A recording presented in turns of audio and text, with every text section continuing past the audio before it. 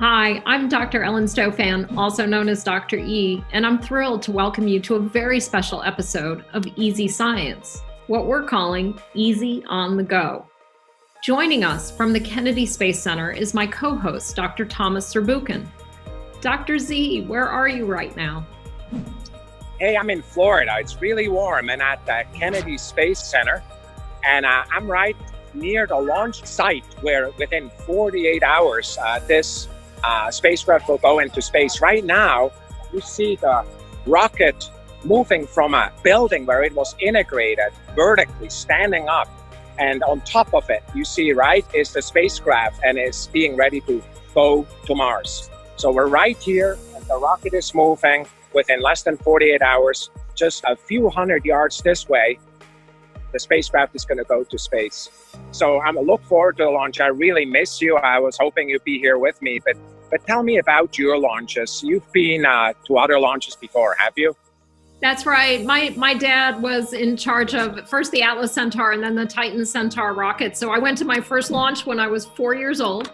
Went to launches down at the Cape the whole time I was growing up, but probably the most special launch for me, and one that I definitely feel very nostalgic with this launch, is the launch of the first Viking lander to Mars in August of 1975. I was 14 years old, and it was at that launch that I heard Carl Sagan speak about why we were exploring Mars to search for life and understanding its geology and comparing it to Earth's geology, that I said, I want to be a planetary geologist, and that was what I ended up doing. What an amazing beginning of a career. And of course, on this rocket is the perseverance and the ingenuity of all these thousands of people who built it. But what is the most exciting part for you relative to the science you think we're going to get from this? So one of the things I'm most excited about is MOXIE, this instrument on board Perseverance that's actually going to pull carbon dioxide out of the atmosphere and split the oxygen away from the carbon atoms.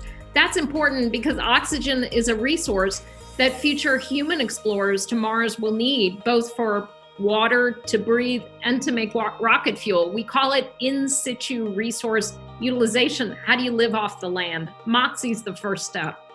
There's so much I'm excited about, but Thomas, to me, it really comes back to, if the Viking launch inspired me, who are we inspiring with this launch, with Perseverance, with Ingenuity?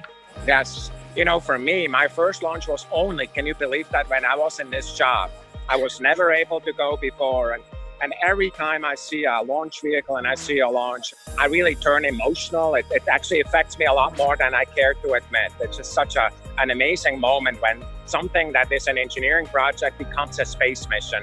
And I really look forward to that. You'll be in my thoughts during the entire time. And I'll be sure to send you some pictures on the way, Ellen. Awesome. Thank you, Thomas. And good luck. Everybody is rooting for you. Go Atlas, go Perseverance. Yes. Thanks so much, Ellen. Bye-bye. Bye.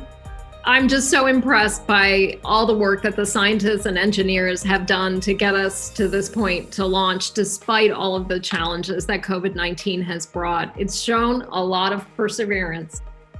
I'm going to be watching the launch from DC. Fingers crossed, everything's going to go well. Thanks for joining us for this episode of EZScience on the Go.